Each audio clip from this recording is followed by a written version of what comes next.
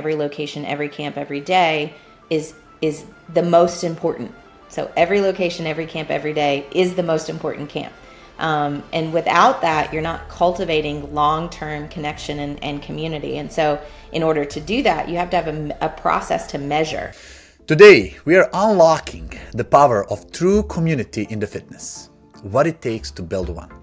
Welcome to Top Rated Gym, the podcast that helps ambitious gym owners build profitable and sustainable fitness businesses.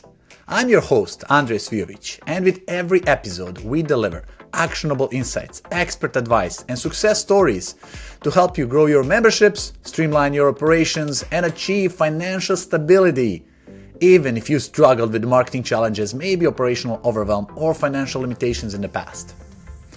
Today's guest, Amber Burke, is the Chief Operating Officer of Burn Bootcamp, where she leads and grows the performance of 100+ company-owned locations with a relentless focus on operational excellence and team empowerment. With a deep passion for fitness and strategic mind for franchise scalability, Amber champions innovation that fuel community, accountability, and member success. Her leadership is grounded in purpose, driven by data, and inspired by the belief that transformation begins the moment you show up. Amber, welcome to Top Rated Gym Podcast. Thank you. I'm super excited to be here. So Amber, you built an impressive career in the fitness industry. Can you walk us at the beginning, couple minutes, through your journey, how you end up as a CEO of the Burn Bootcamp? Yeah, COO. Don't promote me. I don't know if I want that title yet. Yes, I'll keep the COO title for a minute. So I've always been into sport, health, wellness, fitness. From the time I was 5, I started as a gymnast and a dancer, and then started playing soccer when I was in 6th grade. Full scholarship to soccer in college, and in college pursued my undergraduate degree in exercise science. Then I obtained a master's degree in sports management. CrossFit Level 1 certified, NSCA CSCS certified. I was a group fitness instructor for a while, taught Pound, and just have always loved health, fitness, sport, wellness, anything along those lines. I probably have tried it and done it. Whether successfully or not doesn't matter, but I'm just built that way. My dad was a golf pro. And my mom was an entrepreneur. She purchased and ran a business to support gymnastics and dance wear and shoes and things like that. And so I think the integration of those two influences really cultivated my desire and now my legacy in this career. I've never worked outside of the fitness industry. I started as a strength and conditioning coach with a concept called Velocity Sports Performance, over 20 something years ago, and I was a strength and conditioning coach for several years and absolutely loved it. I loved coaching. Went into HVLP model of personal training. That was honestly a little bit more challenging for me. I had been used to working with athletes, and so the mindset of what I lovingly refer to as the general population versus an athlete is very different. So it was a transformational time for me, but it's also when I started learning more about the business. I learned more about operations and payroll and P&L and EBITDA and pro shop sales and facility management and the different departments that go along with a model like an HVLP, where you have basketball and squash and group fitness and cycle and kids club and supplements and all those things. And all along, I'm a lifelong learner. So when I was getting my master's degree, I also taught 4 undergraduate classes. I was a graduate assistant. So learning and teaching go hand in hand with me from a success perspective. And that's just kind of stuck with me. So as I've grown as a leader, it's really been tapping back into those skills as an educator and making sure that I'm able to communicate and articulate the message that I need to convey for people to do their jobs well. So that's kind of my history. And I comment on this, Amber. This is freaking fantastic, because you have a passion for one thing. And it seems like that one thing is grow. And learning is a part of that, and developing, personal developing in a business side, and so on. And, when you look at the statistics, like 10% of the people after the college really wants to learn, continue learning.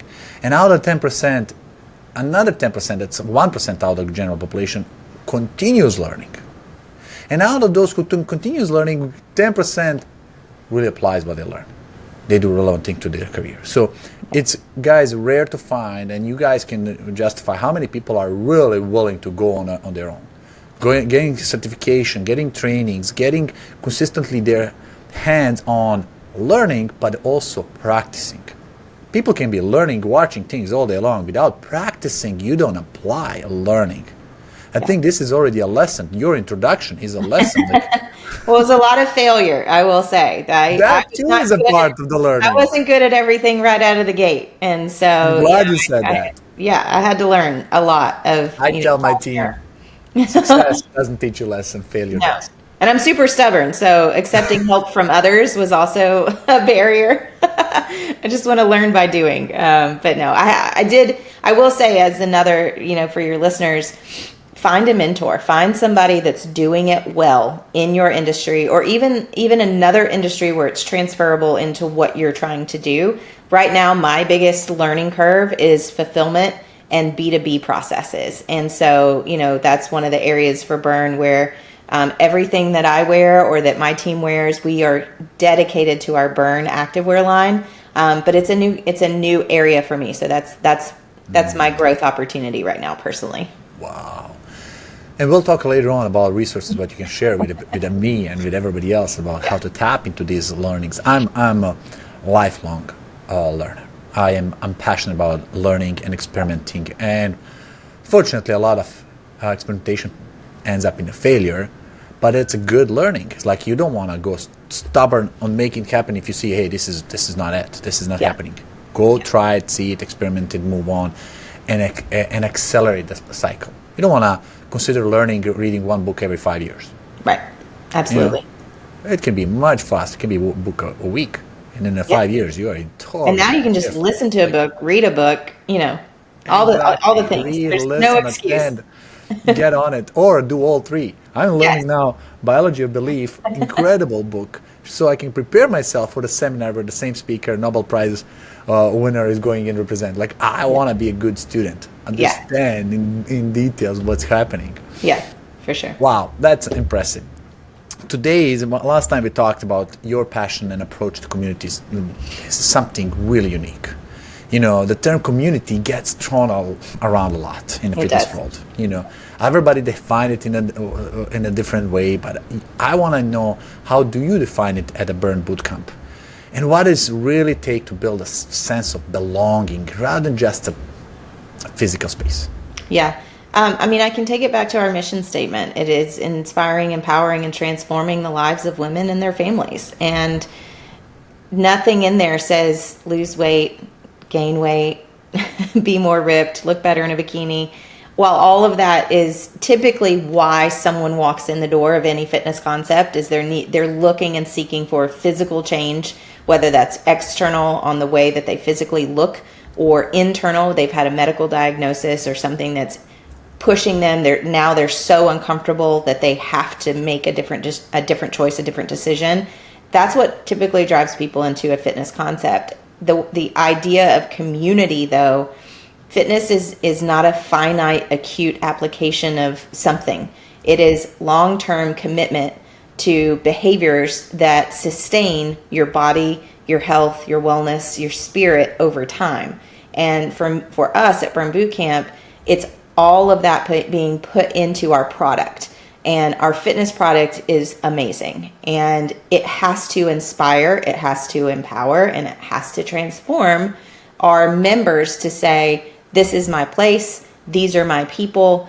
And the evolution of that product over time isn't so great that it takes out that anchor, that foundation of alignment and association to the results they're getting from it. And initially the results are physical. Initially they feel better, they sleep better, their body changes, their mental capacity improves, their general spirit and their overall happiness is probably elevated. Endorphins are kicking in.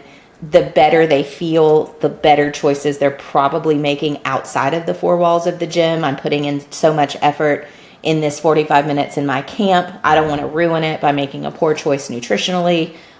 So we start to see incremental changes in our members as they continue to attend camp, because our product is delivered by our trainers who go through a full immersive experience at our Burn University. And then they have access to our trainer portal. They have access to one another, which is a community within the community. We have a community that supports the overall community to make sure that the message is clear, that when you visit Burn Boot Camp in Charlotte, North Carolina, you're going to get a similar camp and experience and community and high five and open arms and hugs and everything else that goes along with that when you go to Laguna Niguel, California. And so if we can scale community, not only just with passion, but also with process, how do I take passion and turn it into process that we can replicate and scale?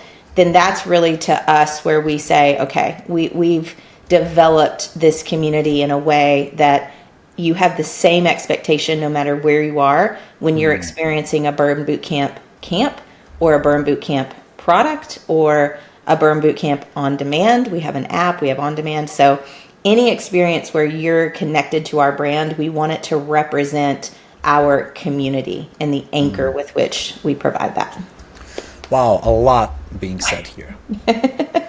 First what struck me is people go there for results, but they need to find and discover reasons. Yeah, that's right. great. Because there's always results is the last part. It's like doing things, Yeah. but results is a final outcome of deep challenges they need to solve, internal and external. You nicely said it. It can be physical outlook or internal medical problems, but that's another layer of results. Why? Because wedding is coming in 5 months and I gotta fit in that dress. Or maybe, hey, I'm not having this energy I used to have when I was younger. How can I bring that? My kids are demanding.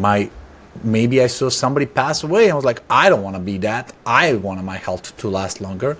There's always wake up call. And that is, if you tap into field and understanding why people are doing and communicating through that, not just like pounds and a weight loss, whoa, different motivation. 80% of success in anything we're doing is a reason why. 20% is tactics. And an addition to that is who. Who is it for? Most of the time we're motivated for ourselves, but a lot of times, even as we age, and this is where the why of someone joining, my why for fitness is very different than my why was 20 years ago. My why at 46 is different than my why at 26. And so as a brand, we have to understand that people will have a different relationship with our community depending on what their need is, the result they're seeking could be different than the result they were seeking when they walked in the door the first time, whether that was a year ago or 6 months ago or 3 months ago. Our lives change all the time. It is a constant. I lose a job, I gain a job, I have a child, I lose a child, I get married, I get divorced. Like there's so many life changes that happen.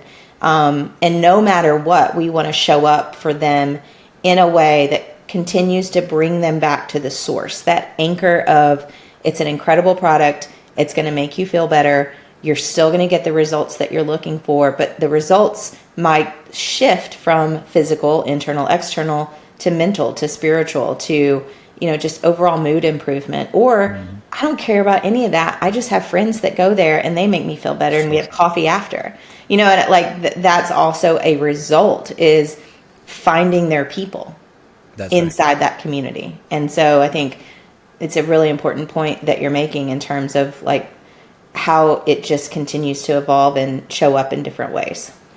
And one more thing that you mentioned, if I understood correctly, you cannot expect to have member community until you have internal community within a business. So you cannot expect everybody to come in on classes and be great towards people, and then there's a war inside a business. You got to start internally. Yeah, you do. And I think, that's from a franchise development perspective, that's where we've been most successful, is most of our franchise partners were members.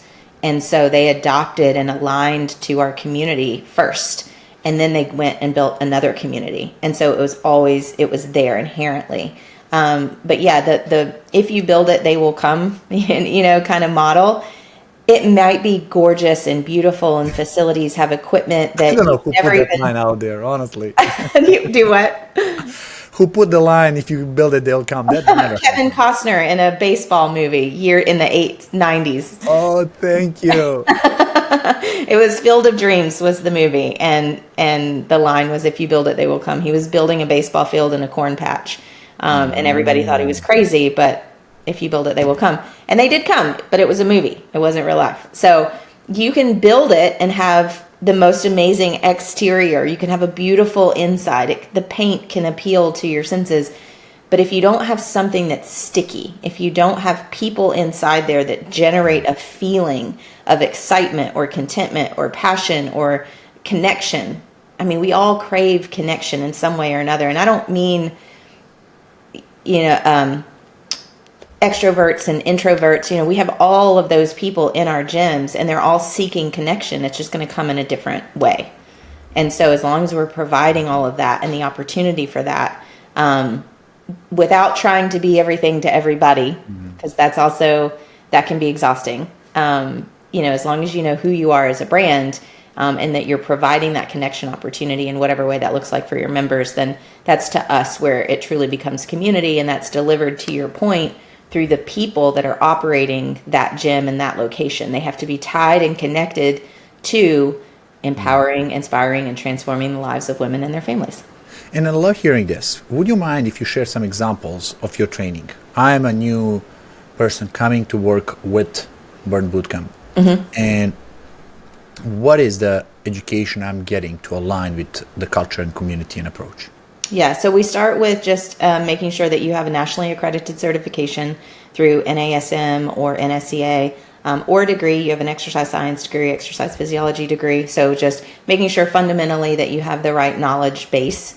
And then you'll go through an immersive week of training at Burn University in our headquarters in Charlotte, North Carolina. And you'll start with kind of a walkthrough. We'll introduce camp, the model to you. We'll break camp down into the different components. So we have a warm-up, we have your protocol, then we have your finisher and your cool down. And each of those have very specific scripted pieces that ensure from a process perspective that we can measure it and that we know what good looks like and that we can replicate it at scale. And then we'll walk through each of those components and we'll hit on the non-negotiables that are associated to the client experience when it comes to that portion of camp. So camp is highly directed, and then within camp is our programming and our protocol. We are very strength oriented. I know boot camp typically the idea is that you're just doing burpees all the time and it's super hard and it's very anaerobic and you're just crushing yourself every day. We do that, but we do that methodically through the way that Matt Morris, our VP of Fitness, does our programming. So we have a VP of Fitness that pushes out programming to every single one of our locations. So if you go to Burn today, you're going to do lower body strength no matter where you are. So for instance, I'm here in Charlotte today. I fly out to Dallas, Texas this afternoon. So if I take camp in Charlotte today, I'm going to do lower body strength today. If I take camp in Dallas tomorrow, I'm going to do upper body, but they're going to do upper body in Charlotte too. Yeah. So that way I can continue the integrity of my training and I'm not just at the mercy of each location. And then within that, we have 6 days a week of training. We're closed on Sundays. We have 3 strength training days a week, and we have 3 more cardiovascular, either anaerobic or aerobic training modalities that incorporate core strength as well. So people come in, you get a full week, total immersion, like everything from the experience to the processes. So like you have people, process, and product. You explain all of it. Mm-hmm. And then how do you know they got it? So they have to test. They do a test at the end of the week. We do a test at the beginning of the physical test at the beginning of the week, and then we do a test at the end of the week, and they have to pass. And then we have continuing education on our Burn Learning Portal, which is our LMS, and they're able to log in and look at that at any given time. We'll push down new content as we develop and as we grow. They also have what's our trainer portal. And this is where we see the most amount of engagement with our trainers. When we push those workouts down, they're pushed out weeks in advance. And so they have to plan to set up their floor. So our concept doesn't have a lot of machines and fixed apparatus. It's an open floor concept with one hanging rig. And so depending on the day, they may have to set out 50 pairs of dumbbells to make sure that for the stations for that day, that they're appropriately set. And so they have to understand all of those concepts as well. But the trainer portal is the area for them to log into, to go back and review the execution of each exercise, the form cues that we need to have happen, the warm-up protocols, even down to scripting of what they should be saying to ensure that members are engaging appropriately. So we give them the full script process. So once they've done the immersion and they've gone back to their locations, then it's just reps. It's practice. We're very ingrained into two things: practice reps and feedback loop. Feedback loop is a way for us to introduce the opportunity to give and receive feedback without a ton of emotion or feeling as though you're being attacked or it's a character thing. This is really just about the application of the process. And so we ask permission to give feedback. And then once we've given the feedback, we want to know, is that fair? Do you see it that way? They may not, and we might have healthy conflict and dialogue around that. And then ultimately we align to ensure that the next time we go execute that we're doing it with 1 to 2 improvements to ensure that over time, to ensure over time that I continue to become a better trainer to my members and to my community. Love that. So feedback, if I understand correctly, is between you and your can be with anybody. Can be with anybody. And I can go up to a member and say, "Hey, how was that for you today? I want that feedback," right? And the member's going to give it to you. So that's a critical step for the growth. This is coming as well as part of you. You're consistently learning, experimenting, and so on. One brand that impressed me is Lululemon. Lululemon, when you go and try things, right? I was impressed. I'm trying shorts. I'm looking basketball shorts, right? My wife is shopping and killing a time. I was like, okay, you have something here. And the girl is there with the board and pen and paper asking me, how do you feel, right? And she's teaching me that, you have a front side of the shorts with a material that absorbs the sweat, so you can quickly dry your hands before you're dropping the ball. Sides are fresh to like they engineer clothing for that purpose, to be light, flexible, practical, but they collect the feedback. And I was like, why are you taking the notes? Like, corporate wants to know how every piece of the wardrobe works and what customer feels. I was like, oh my God. The answers are in the field. Our CEO, Morgan Klein, says that all the time. The answers are in the field. If you're not in the field, if you're at HQ or if you're in the corporate offices and you're not getting into the field, whether physically getting into the field or getting feedback, real, legitimate, authentic feedback from your members, your team members, whomever, then you're going to have a hard time. You're going to probably be solving problems that don't exist, or you're not going to be solving problems accurately. True. Get in the customer shoes. Nokia, in her all the good success days, when they got stuck with innovation, they sent people, engineers, hardcore engineers, into 6 different areas of the continent. So it's like, okay, you're going to spend there 6 months. You're going to live there, see what people want. Get into their shoes. Yeah. You know what they came back with? What features they want? No. They want multiple colors. And they introduced the colors and sales skyrocketed. There you go. It's like sometimes it's just simple. You gotta listen. Yeah, they could have over-engineered sustainability and and whatever. practicality and make it water resistant or who knows what else. A little bit of color. Like I want a yellow. Yeah. Give me the yellow. That's awesome. I love that story. That's great. But it's true. We gotta, and this is for the listener. Yeah.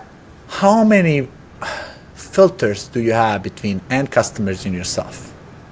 Does your managers maybe don't want you to listen all the data? Right? Is this transparent? Is this direct? Is it often? Are you acting on it? How are you acting? How are you reacting on your actions? Do you see if this is working or not? There's a lot to be learned, and it's too late if it ends up on Google as bad feedback. Yeah. That means you're far behind. Yeah. And then Google will punish you as well. Yeah, and I think, one thing I don't want to convey is that it's always yes. The feedback that you get may not be right for your brand. It may not be able to scale. It might fit 100 locations, but when you're operating 376, it's not going to work. And so, I think that's when feedback is meant to be analyzed. It's meant for me to be curious around, well, why are they giving that feedback? What's the problem that they're having? Where's the friction exist? And is it solvable? Is it, and if the solution is scalable, great, let's continue to move on. But it's just interesting, I think, when it feels like sometimes when you ask for feedback and you don't apply it, the person giving you the feedback feels like, well, you didn't listen to me. And that might be true unless you explain why the feedback was perceived, taken, and then applied in the way that it was, or maybe it wasn't applied at all, or maybe it can't be applied right now because we don't have the technology to do it, but we see the vision of it and it'll go to a long-term issue. So I think the reception of feedback is also, that process is also really important, whether you're an emerging brand, an emerging trainer, an emerging anything. How do you take and receive feedback, and then what's your application process? And it's so critical for other roles as well. If you're talking here about operations, but even if you're a marketing role, I know I run a referral program for many businesses, and most of them got successful until one didn't get any referrals. Like, you will ask, same way, offer same reward, promoted same channels, and none. And then was like, what's going on? And that's where we develop a review system, feedback system, to say, okay, let's ask members how they feel about your business. Right. What's going on?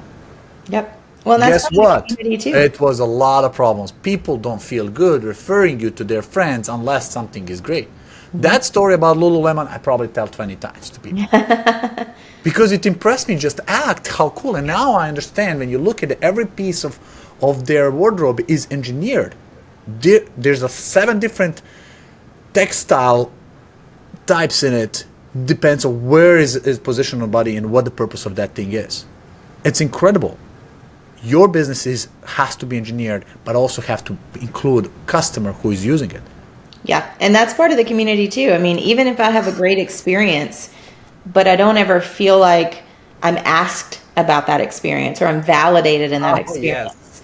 That could also just put me off and be like, yeah, I mean, I have a great time and the results are great and that kind of thing, but that's part of the connection so it's not one-sided, right? That's the one-sided nature is the transactional experience versus a two-sided interaction is the relational experience. And that's how, we kind of look at it a little bit differently to make sure that we're always open and willing to hear and understand feedback. I can't always promise I'm going to apply it in the way that you want, but I do think that there's value in at least incorporating and using someone's experience to be able to guide and develop and potentially evolve, who we are and what we do. Guys, again, if you're done applying, first we talk about people, we talk about processes, we talk about product, but feedback on every part of that has to go 360, has to go all the time, has to be somebody who is looking at that and making adjustment, making changes, because the industry is changing all the time. No matter how great system you have, if you don't keep updating it, boom, it's become outdated. Right. Competitions are making progress and getting farther. So now, real challenges for those corporate executives, people like yourself, CEOs and operational people that are looking at this. You guys have hundreds of locations across the board. Mm-hmm. Just in a corporate, you manage 100 plus. Corporate, we have 10. I think there was an extra 0 in there. Okay. But I wanna. But that's okay. That's still a lot. We have 376 operating, and 10 of those are corporate. So think about it, guys. How do you scale this thing? Somebody saying, I have a hard time managing my own location where I'm the owner and I have my own eyes on the floor. How do you do it at 300 plus? Yeah. We call it our blue carpet experience. And it's the process with which we scale community. And so think of, red carpet in terms of like Oscars and things like that. So burn blue. Blue is our color. And so we call it the blue carpet experience. But a few years ago, it was the way that we systemized understanding whether or not when somebody walks into a burn boot camp, they're getting that same experience. The opportunity to engage, to be connected, to really understand that their attendance there that day, we have a saying, every location, every camp, every day is the most important. So every location, every camp, every day is the most important camp. And without that, you're not cultivating long-term connection and community. And so in order to do that, you have to have a process to measure. And so the blue carpet experience turned into a blue carpet checklist that was relative to each imperative experience and or task relative to the team member that was executing to ensure that we met an expectation. And it was either yes or no, because you can, if you can want to do a point system or something like that and go, well, it was sort of 1.5 out of 3, like it's really hard to give that kind of feedback to someone, because if there's too much ambiguity, then they don't know exactly what it is that they need to go do to improve. And so if you either did it or you didn't. So and there's no scale 1 to 10. It's no, right. And so if you didn't, it's like, okay, I missed on that thing. So how do I go improve it? And let's say that the task that you were executing had 3 steps to it and you missed 2. So because you did 1, you didn't get any credit. You have to do all 3 in order for the customer, the member, to really truly feel like they got the experience that they were promised, right? Or that's part of what they're paying for. Because at the end of the day, everything that we're talking about comes back to one thing, and that's profitability. That's revenue. Because without revenue, without profitability, I can't reinvest into my community. I can't reinvest into my team. I can't grow another location. I can't bring the value of Burn Bootcamp to someone else if I'm not profitable. And so I don't want to lose sight of all of this amazing touchy-feely stuff, because at the end of the day, the behavior that someone executes at the lowest level of the gym operations has every bit of impact into that revenue that I may be looking at corporate on a spreadsheet. And so I have to understand that I have to be able to communicate to that person what it means to qualify and quantify what they're doing and the impact that has on the business and on the member, because the member's value is community. Our value is revenue. And so the blue carpet experience was cultivated to make sure that we had a way to measure and understand the application and ultimately the result of building community. And building community means growing members, and growing members means growing revenue. So what you said is hold your standards very high. Mm-hmm. Pilots, when they fly the plane, they have checklist. Yeah. Let's Last hope time I they did need a those test flight. Oh my God. It's like my pilot have one small page like this, 2-side printed checklist. He goes around the plane, checks the tires, pressures, brakes, fuel tank, name it, flaps, control, all of that. He didn't say, oh, we are 9 out of 10. We're good. We're just missing gas. Let's take off. Okay. Yeah, who cares? That's good, 90%. It's not exam, guys. It's not like 60s passing. Yeah. It's 100 or nothing. Yeah. We got to think about, we got to hold our standards. Tony Robbins talks about that. One way that you people raise the bar, raise the standards, is just change one word. Change should into must. If you're just thinking, oh, I'm listening to this episode, I should do this, guess what? You'll never do it. No, you must. I love that. And if you just pull over right now and says, damn, let me put this in a calendar, that's when you make it happen. Yeah. Review the notes, review the podcast, get with the team, get what we need to do, people, processes or product to change it, and it will become must. Mm-hmm. Then it's a greater standard.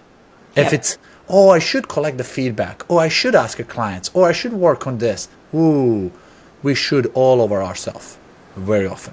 Yes, and it's a reality. When you see people who are fit, you know they have high standards. What they eat, how they work out. You go in a buffet, perfect example. Every time. You can see the choice of the plate. Buffets you can see based on the weight how much they're going to do it.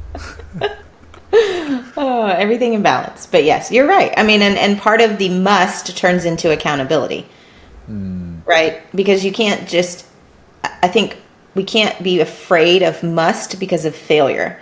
And I think that's some fear is typically what holds us back from anything. From changing the should to must is most likely fear of unknown, fear of not having the resources, and resources for business and an organization could be technology, it could be finances. And so it's interesting the application of something that is going to 2x, 3x the growth of your business, are you limiting your ability or willingness to do it because of a limited resource that you could either tap into differently or take the risk, make the investment, go do the thing. Because without that, to your point, if we just say, oh, I should do that all the time instead of having must and accountability and a plan to go execute and a lack of fear on the outcome, I think that's where we get stuck in that cycle. I agree. You mentioned one word, technology. I want to dive into that. Like, what role does the technology and CRMs play in maintaining community and a fitness business? Yeah. So I have a good analogy for this. When I do this in a speaking segment, I have the audience raise their hand. Who only eats whole food, farm to table? You get all of your vitamins and nutrients from whole food. Nobody ever raises their hand because that's not true anymore. And then the other side of the pendulum is, okay, who only consumes supplements every day? Pills, proteins, meat sticks. Who only survives on that? Right? And nobody raises their hand. There's probably a few in the audience that actually do, but it's like 1%. And I was like, right, you can't assume that you're going to get everything you need nutritionally from whole food, and you can't get everything you need from supplement. You have to combine these two things together in order to optimize your body's performance. And I look at whole food is the people, it's the connection, it's the right marketing, it's the branding, it's the message that you're sending to your consumer, your potential consumer, your existing consumer. It is the way that the experience that people have. That's your whole food. And then your CRM is your supplement. That's the way that I touch you incrementally when you're not experiencing the product firsthand. It's how I'm supporting you when you have to step away. For us as a service industry, if you can't make it into the gym, you're on vacation, your kid is sick, you're doing a long-term sabbatical somewhere, whatever, we have an on-demand digital product that you can continue to experience. So I don't lose the stickiness and connection to the brand. If it's your birthday, all of those connection points. If you're demonstrating behaviors that typically lead to termination or cancellation, this is where your automations need to come into play. So you're just remembering to touch that member, and they may or may not still make a decision to terminate. But the more intentional we are with the whole food of their experience when they're engaged and connected to the actual product, and the way that we nurture them, whether they're in the pre-position before they become a member or when they become a member, that's to me how those two things go together. Wow. And I'll add one more thing to it. You see, I'm going to add AI as a part of technology that's upcoming and rising. Yeah. And it's a wave that's going to really hit industry. It's already coming. They're projecting that ChatGPT usage daily basis will be higher in November than Google peak times. For me, I'm all about AI every day. But one thing that I got to tell you, Amber, that you're doing incredible and positioning your business to be AI enabled is documentation. Because once you document, put everything in the processes and have it instructed in writing, is the way that tomorrow AI will learn from your business, from your blue carpet experience, from your checklist feedbacks, your in and outs of the business. Because by the end of the decade, guys, there are going to be two kinds of businesses. Either those who fully utilize AI or those who don't exist. So it's not going to be gray zone. Yeah. Right? And the more and more we're getting into the world of AI, and it's going to be supplements so heavy that we'll have dependency on it. Yeah. Because it's going to help us make decisions. It's going to help us execute decisions. It's going to help build internal community, external community. It's going to know about your members way better and assist you so you can be a better in-person experience for them. Yeah. And I think that's the construct, that there's a discipline to the way AI is applied. And that's, thank goodness, we have a VP of technology. His name's Jason Brazil. He's brought a wealth of information into our organization. He has done a lot of AI work. He's bringing other franchise model, restaurant model types of innovation to us as a brand. And I think that's really important because fitness tends to struggle along, right? We're a little bit more, we're a bunch of meatheads. So we're just going to reject anything technology and pick up heavy stuff and put it down. But for the moment, I'm just kidding. don't take offense to that. But it's really interesting in the way that he's brought a discipline to, we can't chase every shiny thing, and we shouldn't. And so when you think of data in particular is one of the things that we've really strived over the last couple of years to be more intentional with, to really understand, because you can get all kinds of data, but what are you doing with it? Is it actionable? And is it really moving the needle? Because if it's not, you just have a lot of busy work and you got a lot of numbers that may or may not make a whole lot of sense to anybody.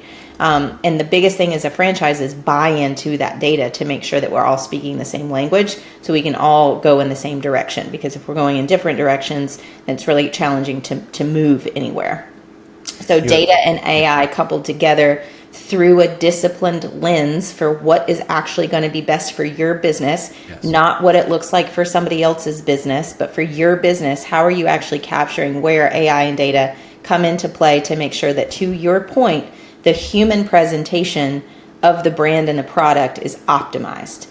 And some industries will replace that and it won't be missed. It won't be missed at all. And that's okay. But in other industries, especially service-based industries where you're having a conversation with a human being who has a unique personality, we may have similar characteristics, but ultimately we are unique individuals. And I don't think that will ever go away in a boutique fitness brand or in a fitness brand where we're constantly receiving feedback, understanding where you are in your fitness journey, the evolution of how you need to experience fitness may even have changed from yesterday. There may be a 24-hour change in the way that I need to show up for you. You may have gotten a significant diagnosis that says you can't do certain things anymore. AI, I can't rely on AI to replace that for me. I still have to. It will never do that internal. I always say AI does not feel the pain. It cannot create solution on its own. Correct. We'll never do this. Where I see AI, and I'm just guessing now, I will do this in my gym. But like, I want an AI to be a world best assistant to tell me in one sentence the most impactful sentence I can say to the member when I see him at the door. And I want to understand their role of everything that's being communicated. So if they cancel the previous class because they traveled, I need to know that. Yes. Or if they have a medical emergency, kid has to go somewhere. Me greeting them is like, oh, I hope everything's good with the kid. Right? Yes, and if there is a system that can feed that data, massive data, or make me, I will be having much more pleasant communication with that member. Member will feel like, oh my God, this guy came from human to human, but it's assisted. It's a supplement. Yeah. Mm-hmm. It's not a replacement. No. And what I see AI is going to happen is replace all those annoying, daunting things that people don't want to do anyway. Right. Yeah. I mean, because staffing in and of itself in most industries now post-COVID has been very challenging. And so operationally, I've got to find a way to optimize the things that nobody wants to do, that are just repetitive in nature, that take a lot of time, energy, resource, effort with very little return, right? That's the stuff that I want to apply data to understand how frequent is this thing happening, at what volume is it happening, how can I reduce my spend on executing this thing, and if I can do it through AI, that's where I want to put that technology feature into. Now I can reallocate some of the savings that I'm getting and put it back into my business, my marketing, my team members, whatever. So I completely agree with you. And switching the topic a little bit, you just mentioned challenges is in finding a good talent or recruiting or something like that. What do you say that's the biggest challenge that fitness industry is facing today as a general, maybe on a corporate franchise level, memberships level? Yeah. I feel like I could go in a lot of different directions, but I think at the end of the day, I'll come back to, we are all here to produce revenue. We're all here to create a financial legacy. Whether you're the individual proprietor as a franchise partner, or you're the CEO and founder of a franchise, or you're a personal trainer that has a sole proprietorship, whatever, you're doing it to make money to do something else, whether that's provide for your family. We talked about the who being a driver at the very beginning of our conversation, right? Why is important, but who is almost more important. Who are you doing it for? So whether you're doing it for you, your family, that's the mechanism and the driver for why we do anything. And so when I bring it into that, the problem is constantly filling the funnel. So for the fitness industry, what I've seen over the last probably 5 to 7 years is with COVID, people became a lot more aware of their health. They had time to think about it. We weren't as busy. We weren't leaving the house. Sports were canceled. Everything was canceled. So it was like, well, what else am I going to do? And so I think with that opportunity, what was also born out of that was innovation. And so there's competitive space in the digital and on-demand market. There's competitive space in wellness, which is IV and recovery and hydrotherapies and salt therapies and saunas. And we're now, as a fitness industry, as an industry, it's not just fitness. It's not just a gym. You know, I have to make sure that the discretionary dollar that I'm asking for from my member, that I'm optimizing that in my locations. And that if they're choosing to spend, you know, if they have a yoga membership, which we don't do. They have a yoga membership, if they have a burn boot camp membership, if they have an IV membership, if they have a chiropractic membership, like all of these things in their mind are categorized as wellness. And so it's the competition for that discretionary dollar in this space, I think, that's most challenging, to make sure that we are showing up in the best way possible for our brand, who we are, what we do, inspire, empower, and transform the lives of women and their families, to capture and then maintain and hold on to members. So from lead generation to retention and attrition mitigation, it's not any different than it's always been as a business. But I think the influences of what fitness used to be to what wellness is now, it's a big, crowded space. Oh, you nailed it. I'm going to say, add a little bit of history on that. If you just look at a whole franchise model, how it started with McDonald's saying, okay, there is duplication of a model here. They created it, they manipulated, like monetized it, make empire. And then others pop up and start creating. It was being your own boss. That was the idea. And then it became multi-unit owners. Like one owner can have multiple locations. So instead of being your own boss, pretty much operator, you become an owner, real owner of the business by having a bigger territory. And that's what was birth of Subway. You can't get into Subway unless you get 8 locations buying it, right? And every franchise wants to nurture this, like, okay, you can now scale this level. And then there's a wave that happens last 10 to 15 years, says it's not only about expanding. You can expand, but now you got to travel 3 hours to reach your destinations at the top of the Florida or something. Becomes multi-brand, right? Multi-brand ownership, but that people can stay in the same 30 minutes area but have 4 or 5 brands. That's why multi-brand businesses came up in the play, right? And then now, current model, what I see, this is my assumption, talking to so many businesses, is what you also said, is within a brand offering multiple modalities, merging advices, nutrition, coaching, supplementations, wellness, part of this. So we are getting closer into that level. So industry is changing rapidly, and we got to adapt or die. I always say it's either you take on the challenge, you grind it, and you adapt. And look, adaptation could also just be staying true to who you are. I think that's also, you know, something that there's so much innovation. Become the best in the category, dominate the area. Yeah, I mean, sometimes adaptation is just digging in and going, we know what works for us, you know. So I think that's important too. As you're looking at what could be my next big thing, your next big thing could be sustaining who you are against others that are trying to be everything to everyone, and you just ride it out because ultimately you've got a good product. So, you know, I think that also needs to be part of the conversation. It's your differentiation, staying who you are. I'm not saying that McDonald's will fail because they didn't start selling healthy soups. Well, I think when Coke tried to change their formula, nobody liked it, right? Exactly. You're old enough to remember that? Exactly. Yeah. And there's experimentation and failing and so on. My point is, you know, we as individuals, as leaders, have to keep learning. As we have a pleasure today to learn from Amber and her mindset and growing brand, and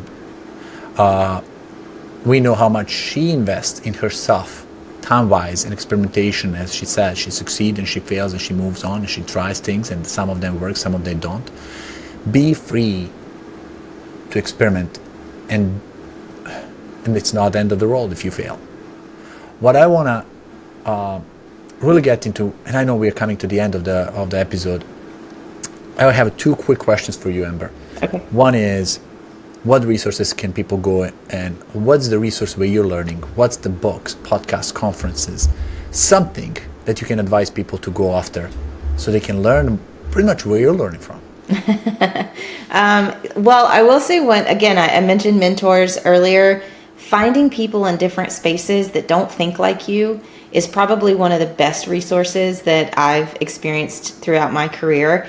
And if you're open to that, if you're self-aware enough to be able to just listen to something that's radically different than what you know or what you think or what you understand, I think we all get into the algorithms of our social media and what we're being fed constantly through even LinkedIn and all of our professional profiles. Like, I think you take a step back and go look at the opposite of what you think. Go figure out what the other side looks like.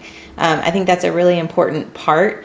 And even professionally, like, where does your spiritual side come into your professional side? Where does your mental side come into your professional side? Where does your family side? Like, there's all kinds of influences that I think that we tend to kind of silo.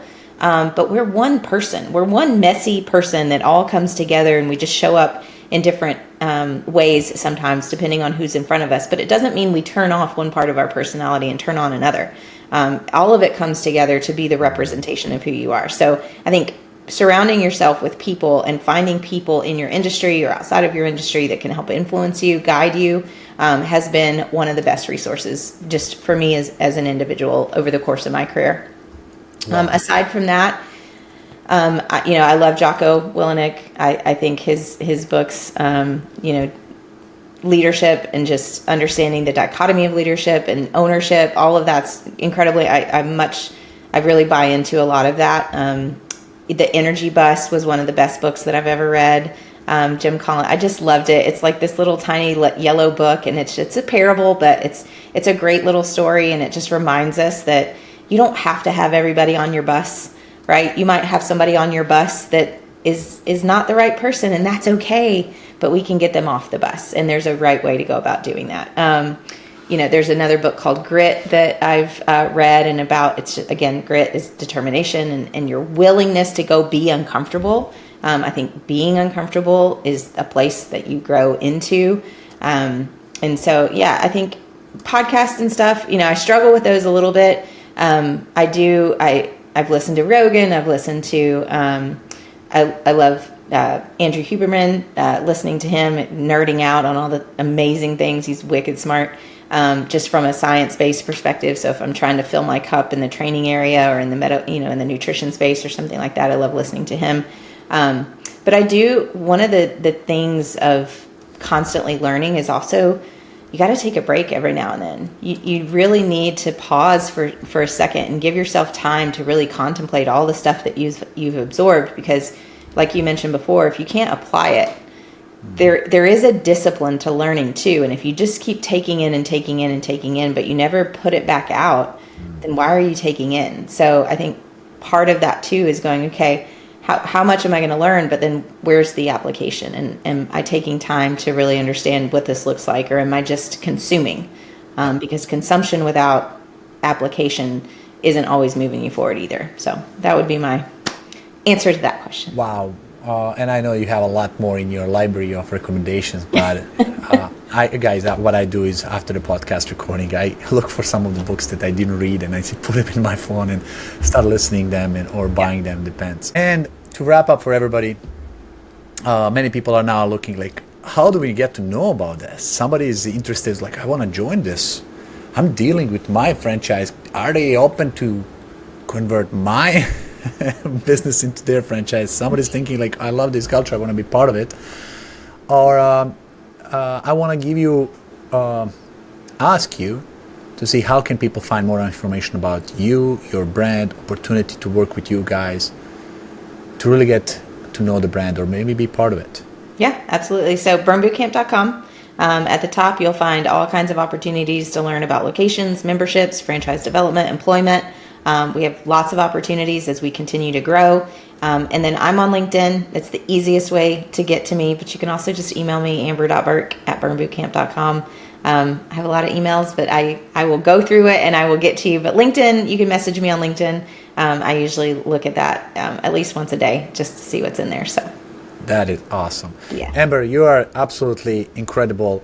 I loved our conversation. There's a lot more here to say, guys. This is your opportunity to learn from the best in the industry. People who are really care, people who grow, people who are putting their heart into growing the businesses, growing themselves, growing others, and at the end, growing this community and helping people really get to the next level. And it's all start by us. This is example at the start of the conversation, like you gotta invest in yourself and then invest in people, invest in the processes, and invest in the product. Thank you, Amber, on behalf of the community. This was such a wonderful conversation, and I'm so glad to have you here. Thank you for having me. It was great. Awesome, guys. For you, you know what to do. Turn the shoulds into must. Go, stop, review, recording, check the notes, transcripts, and get to implementation, get to work. And if you like here, click like. This is how you pay back. Subscribe and share. And I'll see you next time. Bye, everyone. See ya. If you are a gym owner looking to become a top-rated gym in your area, visit topratedgym.com and grab our free 30-day reputation boost. That's topratedgym.com. I'll add it to the show notes for you. Don't forget to share this with your friends. Stay strong, stay motivated, and keep pushing your gym to the top. Until next time, this is Andre signing off.